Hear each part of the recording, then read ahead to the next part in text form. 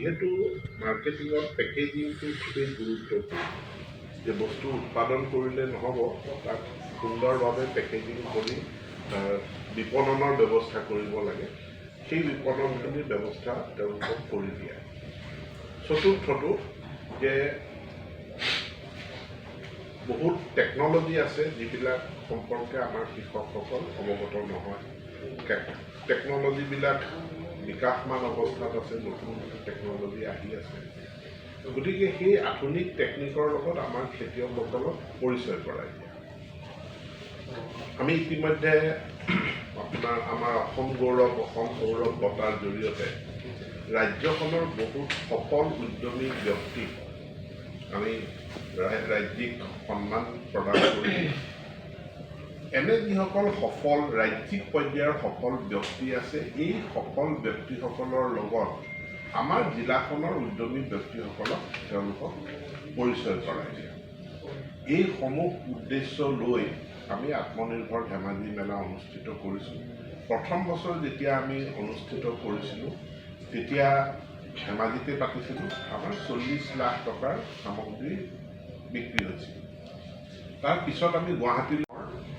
এইটো এটা স্পৰ্ট হয় বা এটা টুৰিজম এক্টিভিটি ধেমাজি জিলাখনত পক্ষী নিৰীক্ষণৰ বহু ঠাই আছে আমি হয়তো বহুতেই নাজানো যে এতিয়া ব্ৰহ্মপুত্ৰ যিটো আমি সফলতাৰে ধেমাজি আত্মনিৰ্ভৰ ধেমাজি মেলা অনুষ্ঠিত কৰিলোঁ আৰু তাত আমি 85 লাখ টকাৰ সামগ্ৰী বিক্ৰী কৰিবলৈ সক্ষম হৈছিলোঁ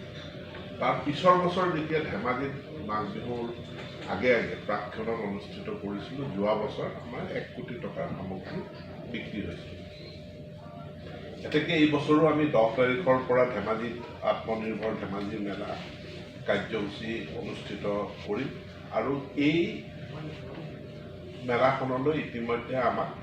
সহযোগিতা আগবঢ়াইছে কৃষি বিজ্ঞান কেন্দ্ৰ জিলাখনৰ বিভিন্ন লাইন ডিপাৰ্টমেণ্টসমূহ Assam state rural livelihood mission তেওঁলোকেও আমালৈ মানে সহযোগিতা আগবঢ়াইছে আসাম লাইভষ্টক ডেভেলপমেণ্ট স্বায়ত্তশাসিত পৰিষদ সোণোৱাল কছাৰী স্বায়ত্তশাসিত পৰিষদ ঠেঙাল কছাৰী স্বায়ত্তশাসিত পৰিষদ আৰু দেউৰী স্বায়ত্তশাসিত পৰিষদ এই পৰিষদকেইখনেও আমালৈ সহযোগিতা আগবঢ়াইছে ইয়াত কেৱল বড়ো কছাৰী স্বায়ত্তশাসিত পৰিষদো আমালৈ সহযোগিতা আগবঢ়াইছে আমি ৰাজ্যখনৰ কিছু সফল ব্যৱসায়িক প্ৰতিষ্ঠান বা এণ্টাৰপ্ৰিনিয়াৰ তেওঁলোকক আমি যোৱাবাৰো মাতিছিলোঁ এইবাৰো আমি তেওঁলোকক ইয়ালৈ মাতিছোঁ যাতে তেওঁলোকৰ পৰা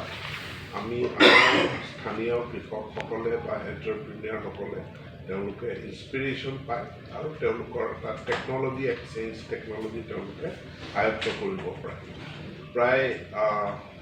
80টা বিভিন্ন আত্মসহায়ক গোট কৃষকৰ কথাৰে voice of progressive farmers fishery ছেক্টৰত এনহেন্সমেণ্ট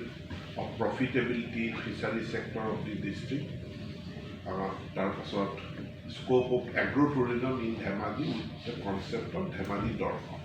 এই বছৰ আমি এটা নতুন কনচেপ্ট আৰম্ভ কৰিছোঁ আমাৰ কাম চলি আছে আমি টুৰিজমৰ ক্ষেত্ৰত ধেমাজি দৰ্শন নামেৰে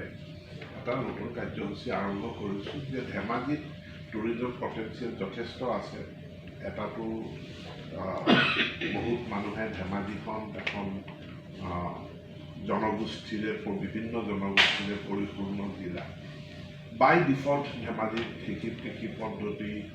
জৈৱিক প্ৰাকৃতিক সৌন্দৰ্যও আছে কিন্তু এইখিনিক আমি অলপ মাৰ্কেটিং কৰিব বিচাৰিছোঁ আমাৰ যেনেকৈ পবা বনাঞ্চল আছে কোমলগিৰি বনাঞ্চল আছে আৰু নতুনকৈ আমাৰ জীয়াঢল বনাঞ্চলখনতো সুন্দৰ